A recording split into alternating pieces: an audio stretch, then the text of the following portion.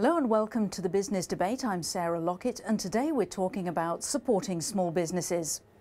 When SMEs are starting up, often the last thing they want to be thinking about is finding premises, fitting them out, setting up cleaning contracts, arranging leases and so on. So the answer can be serviced flexible workspace. To discuss this, we're joined in the studio by Richard Morris, the Chief Executive of Regus UK.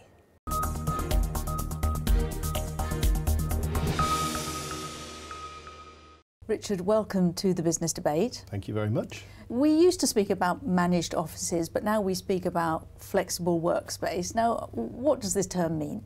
Well, I think over the past few years, we've seen more and more businesses decide they want to be able to consume workspace as they need it on a very flexible basis. So flexible workspace today really means the provision of a diverse range of different locations that can be used on a full-time basis, a part-time basis, or a pay-as-you-go basis. And within those locations, you typically see different kinds of work styles being catered for, whether that's co-working, private office space, or meeting rooms. So it's really about flexibility of location, flexibility of work styles, and the flexibility with which businesses can use this network of on-demand workspaces. So it's obviously more expensive to walk into these plush offices and say use a room for an hour or a morning or something. Is this something that SMEs should be using their money on, perhaps even when they're just starting out?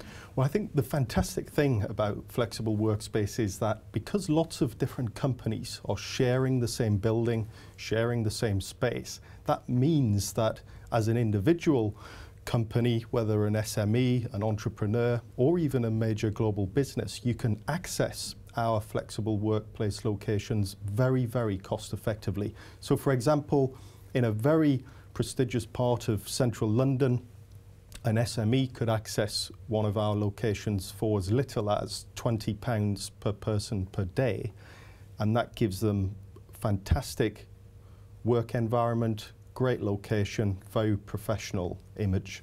It can be quite isolating, can't it, running a small business, maybe from home. How can sort of actually going into an office help with that?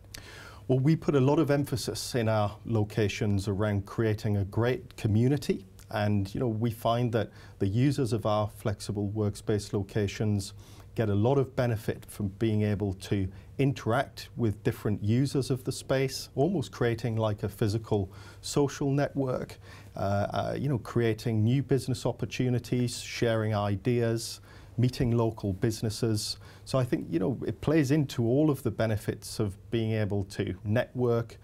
We put a lot of focus in, as I say, creating that environment, and it's something that we think SMEs and entrepreneurs get a lot of value from. Do you even see the old model where the tenant who rents office space, they actually pay for the office to be fitted out? Do you see that as obsolete?